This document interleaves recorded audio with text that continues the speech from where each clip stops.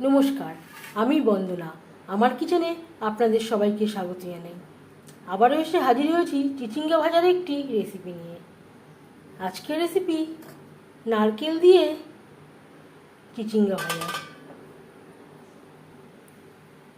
এই রান্নাতে আমি রসুন, পেঁয়াজ ও মশলার ব্যবহার করব না।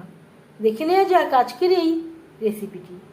চিচিঙ্গা এখানে আমি 5টা চিচিঙ্গা চেঁচে নিয়েছি আর পরিষ্কার করে ধুয়ে নিয়েছি। এবার আমি গোল গোল করেও পাতলা পাতলা করে কেটে নেব।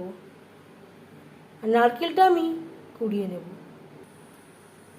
চিচিঙ্গা আমি একেবারে পাতলা করে কেটে নিয়েছি, ধোয়ার আর প্রয়োজন নেই, কারণ আমি চেঁচে নেওয়ার পর জল পাল্টে পাল্টে পরিষ্কার করে ধুয়ে নিয়েছিলাম।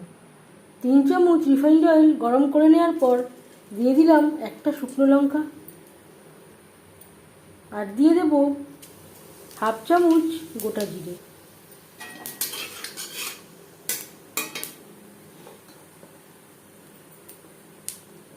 জিরে লঙ্কা ভেজে নেওয়ার পর দিয়ে দেবো চিচিঙ্গা।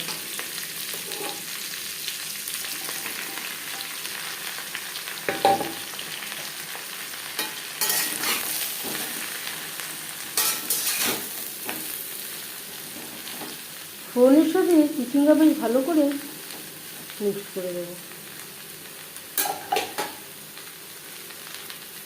আর লাগছে স্বাদ মতো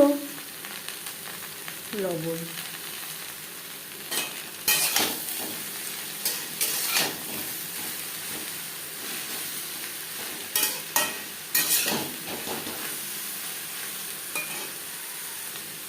তিন চার মিনিট রান্না করে নেওয়ার পর ঢেকে দেব। গ্যাসের ফ্লেমটাকে রাখবো মিডিয়ামে। চিচিঙ্গা বেশ ভালো করে সুসিদ্ধ হয়ে গেছে। এই পর্যায়ে দিয়ে দেব হলুদের গুঁড়ো, আর দিয়ে দেব নারকেল কোড়া। চিচিঙ্গার সাথে হলুদের গুঁড়ো ও নারকেল কোড়া বেশ ভালো করে মিক্স করে দেবো।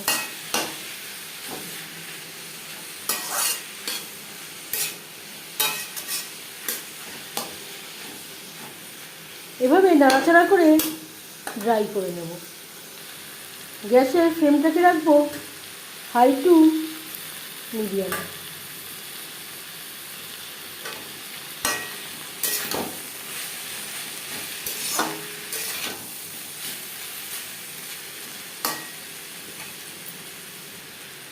এবার যাচ্ছি ফাইনাল স্টেপে। সবশেষে দিয়ে দেবো 2টো চেরা কাঁচা লঙ্কা। একেবারে ড্রাই হয়ে গেছে। এই পর্যায়ে আপনারা চাইলে স্বাদেই ওই চিনিও ব্যবহার করতে পারেন। আমি আর চিনি ব্যবহার করছি না। গ্যাসের ফ্লেমটা বন্ধ করে দেব। নারকেল দিয়ে চিচিঙ্গা ভাজা রেডি সার্ভ করার জন্য।